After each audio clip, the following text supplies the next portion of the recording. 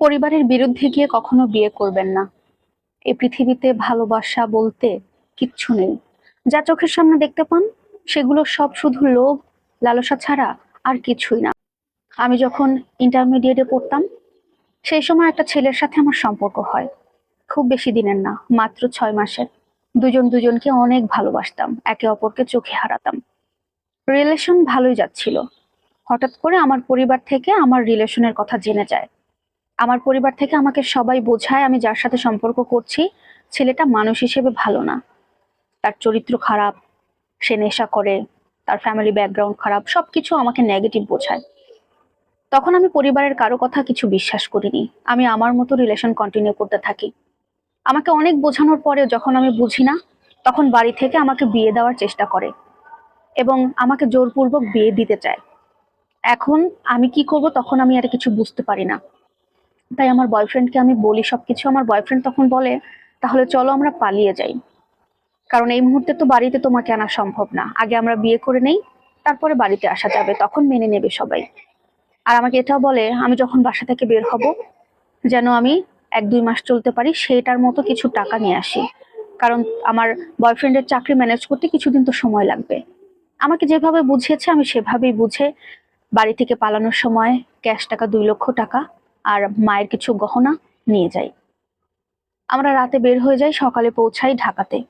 ঢাকাতে যাওয়ার পরে একটা ছোট বাসা ভাড়া করে, সেখানে উঠে আমরা ব্যাগপত্র রেখে আগে বিয়ে করতে যাই কাজী অফিসে।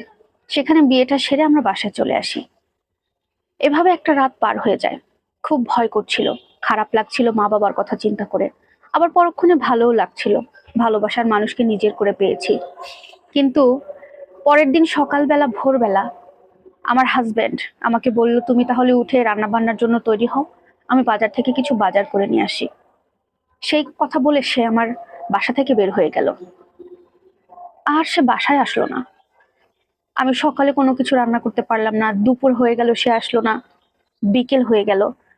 আমার তখন খুব সন্দেহ হচ্ছিল, এমনটা তো হওয়ার কথা নয়, ফোনও বন্ধ। আবার টেনশনও হচ্ছিল কোনো দুর্ঘটনা হলো কিনা।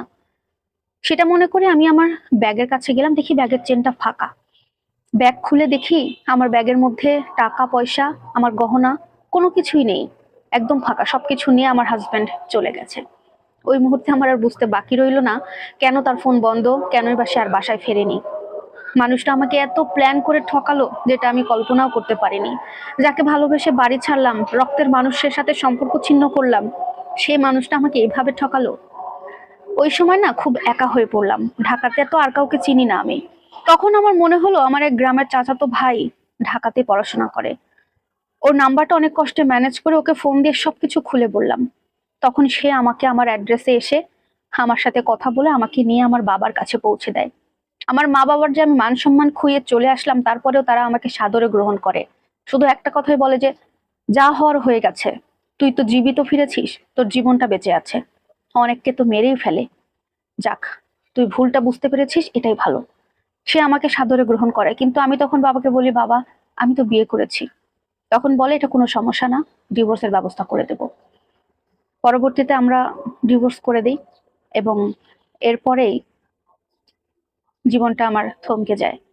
তাই সবার সাথে আসলে বলা যে ভালোবেসে কখনো নিজের সিদ্ধান্তে বিয়ে করবেন না। মানে ভালোবাসুন আর যাই করুন, পরিবারের সিদ্ধান্তে বিয়েটা করুন। বিয়ে অনেক বড় একটা সিদ্ধান্ত। আপনি যাই করেন না কেন, রিলেশন করেন বা যেভাবে করেন না কেন, ফ্যামিলি যদি সেখানে সাপোর্ট দেয় তবে সেখানে বিয়ে করুন। তাছাড়া নিজের ইচ্ছায় পরিবারের বিরুদ্ধে গিয়ে কখনো বিয়ে করবেন না।